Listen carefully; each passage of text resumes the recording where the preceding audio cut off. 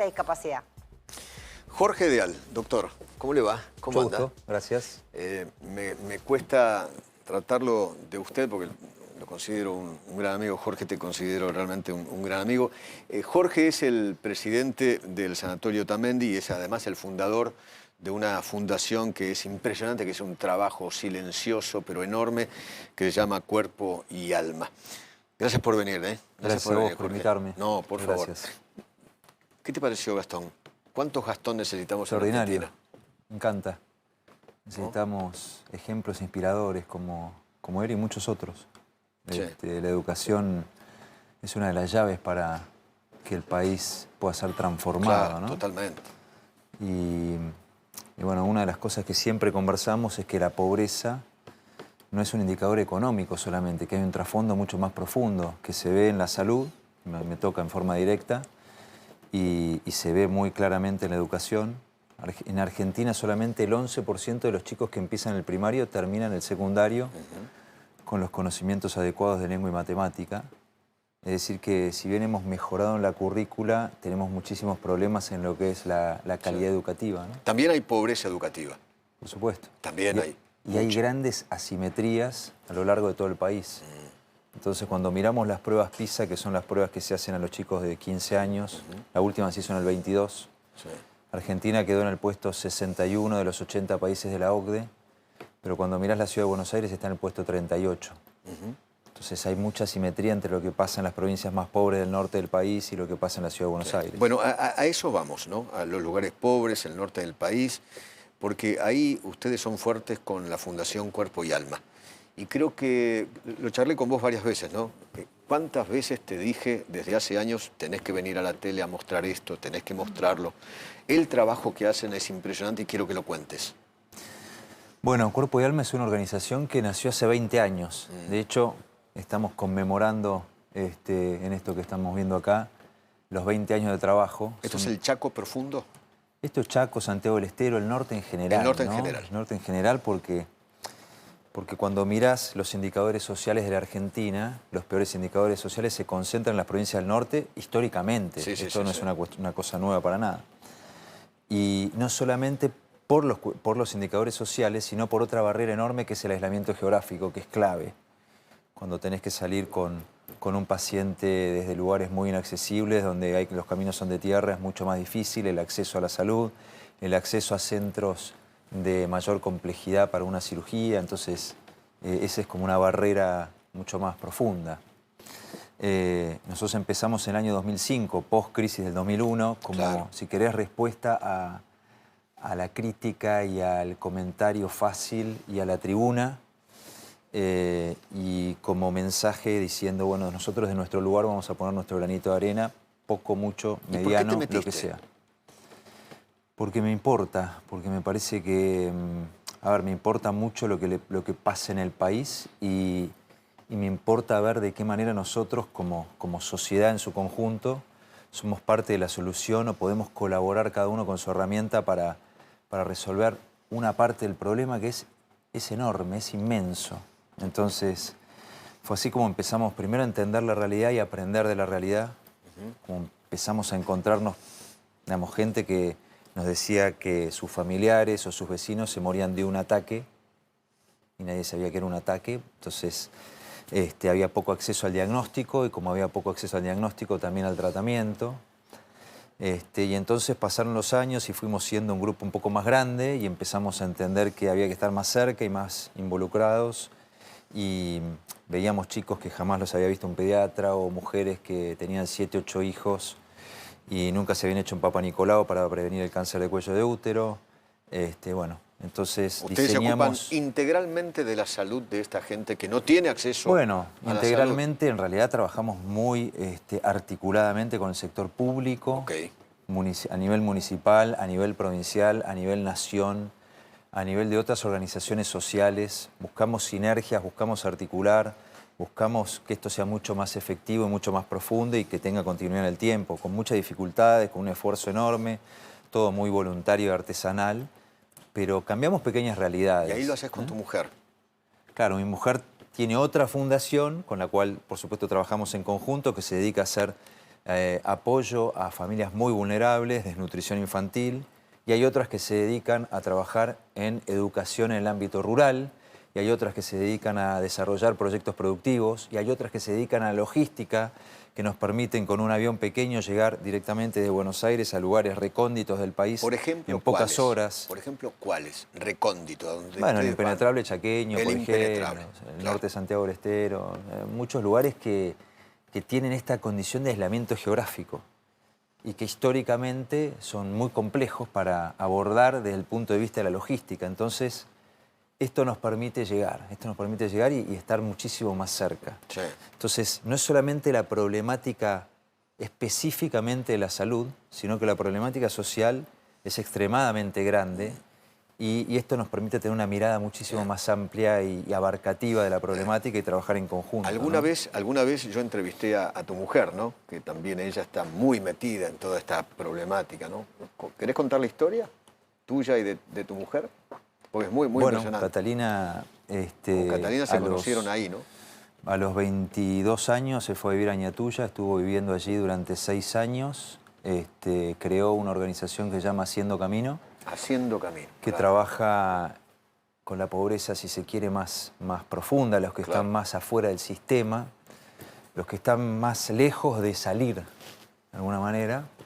Gente que come salteado, que vive en una casa de rancho y que no tiene para comprar zapatos o comida. Indigentes. Entonces, bueno, es extremadamente importante estar cerca de esa vulnerabilidad tan compleja y tener continuidad en el tiempo, ¿no? Y bueno, nos conocimos trabajando allí. Se enamoraron y hoy son una gran familia. Y hoy tenemos muchos niños. ¿Cuántos? Yo tengo una hija mayor de mi primer matrimonio, tenemos 4 juntos y tenemos, 7 que ella trajo de Santiago del Estero. Adoptados. Que tiene la tutela. Impresionante. Es un familión. Una familia muy numerosa. ¿Cómo hacen? Ella trabaja muchísimo. Yo ayudo un poquito, pero el protagonismo es 100% de ella. Sí, sí. Claudio, querías sumarte, ¿no? Buenas noches, Jorge. ¿Cómo te va? Buenas noches, Claudio. Nos conocemos muy bien y me gustaría hacerte esta pregunta. Estamos todos muy atentos a lo que estás contando porque también queda claro que ustedes no reemplazan al Estado, sino que lo complementan. Claro. Ahora, Jorge, a vos que te gustan tanto las evidencias científicas y las estadísticas, en 20 años de trabajo, ¿qué cambió? Tomá una localidad y decime, mira, esta localidad hoy ya no tiene o tiene tal cosa. Bueno, en una de las localidades donde nosotros empezamos a trabajar allá en el año 2005, claro, no, en ese momento no había ni puesto sanitario, ni enfermera, ni médico. Hoy es un lugar que tiene un pequeño hospital, que tiene una enfermera, que tiene un puesto de trabajo odontológico, que asiste un médico periódicamente, que nosotros asistimos también periódicamente y enviamos medicación. Empezamos a ver chicos que se empiezan a cepillar los dientes en el recreo de la escuela. Por ejemplo. Empezamos a ver mujeres que nos vienen a buscar para que le hagamos el Papá Nicolau después de 1 o 2 años. Entonces hay una transformación que tiene mucho que ver con la educación y con lo cultural, que es lo que realmente perdura en el año, a lo largo del tiempo, ¿no? Es de alguna manera tratar de dejar capacidad instalada a través de la educación. Eso es lo más fuerte, sí, te diría. Y el modelo del acceso a la salud, ¿no? Que la gente sepa que puede llegar a un lugar determinado cuando tiene un problema particular. Claro, y que entienda que es importante hacerse un Papá Nicolau y por qué. Absolutamente. Sí. ¿Alguien más quería preguntar? Sí. No, te recomendamos a Brenda, eso es todo lo que queremos decirte, como grupo de trabajo. Brenda está por tener mellizos, ¿no? Sí. Pero, esperamos. y la llevamos a Lotamendi para eso. Sí, es cierto. Muy bien. Por recomendación acá de Eduardo. Sí. Muy bien. Bienvenida. Gracias.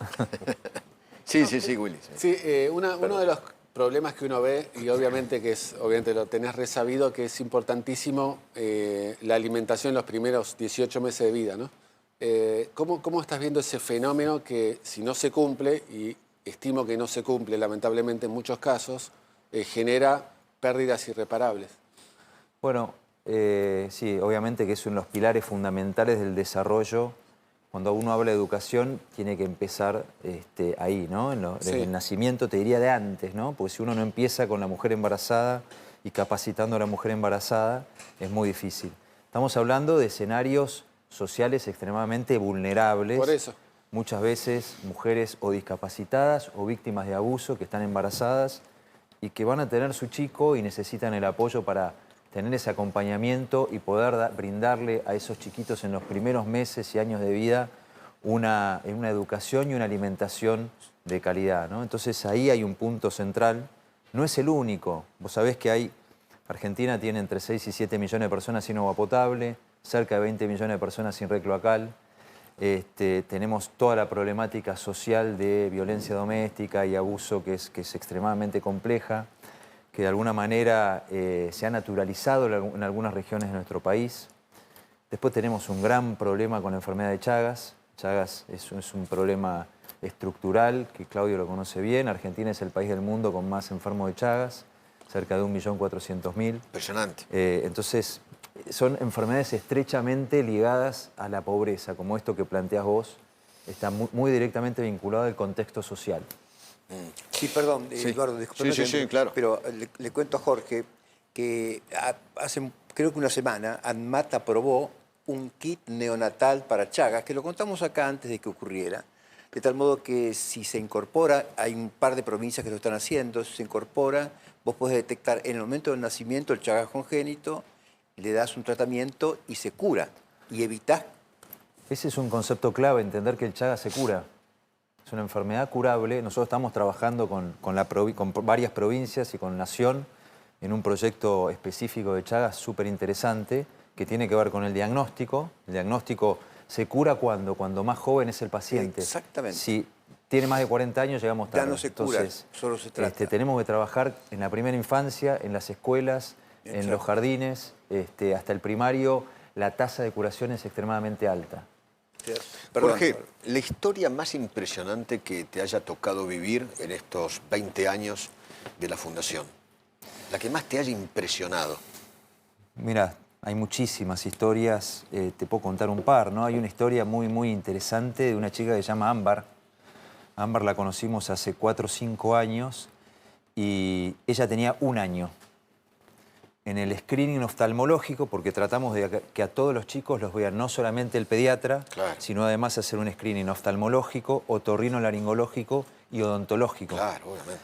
Entonces, cuando le evaluamos a Ámbar, encontramos un retinoblastoma. Es un tumor maligno de la retina que, si no se trata adecuadamente, termina en la pérdida del ojo y a veces en la vida de estos chicos. Bueno, Ámbar pudo ser derivada a través de ese diagnóstico tan precoz al Hospital Garraham. Opa.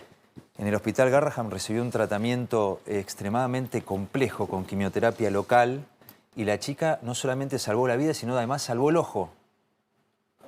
Y a Ámbar el año pasado le hicimos su primer par de anteojos, que estaba escolarizándose en los primeros años de la escuela primaria. Esa es una historia muy impactante para nosotros. Sí, y la otra claro. es la de Zulma. Bueno, yo conté un poquito la historia de Cuerpo y Alma y la integración con otras organizaciones sociales y con el sector público, con empresas privadas, que bueno, cada uno aporta, apoya y desarrolla su expertise. Cada uno se concentra en su expertise, que eso es extremadamente clave, es la clave, importante. claro. Entonces, a través de todo esto, el año pasado llegó Zulma a la consulta. Zulma es una mujer que tiene 63 años, diabética hace más de 15, amputada una pierna, y sigue hace 3 años cuando la vimos nosotros. Ella consultó con los oftalmólogos nuestros le dijeron que tenía cataratas, una cosa curable, Claro.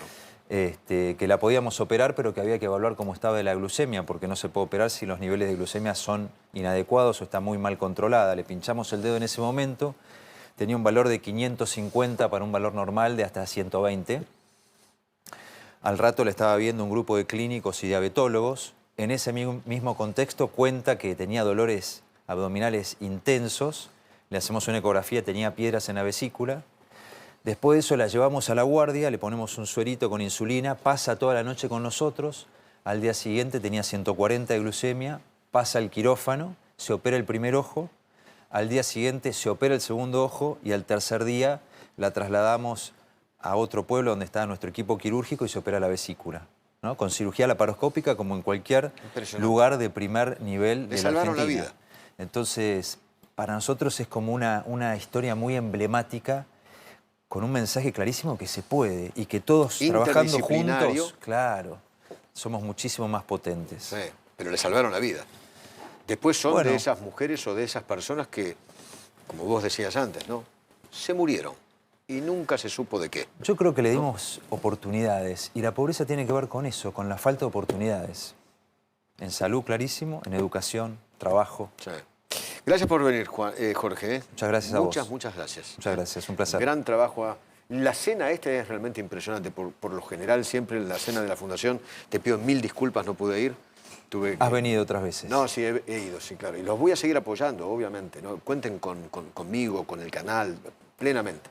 Pero la convocatoria, más de 600 personas por lo general. Más de 700 y es lo que nos Más de permite 700. financiar un año de trabajo. Así que muchas gracias a todos los que Los grandes empresarios participan, del país participan de esa que cena. confían en nosotros y que nos apoyan. Así que Gracias, muchas gracias. Jorge Deal, el presidente del Sanatorio Otamendi y fundador de la Fundación Cuerpo y Alma.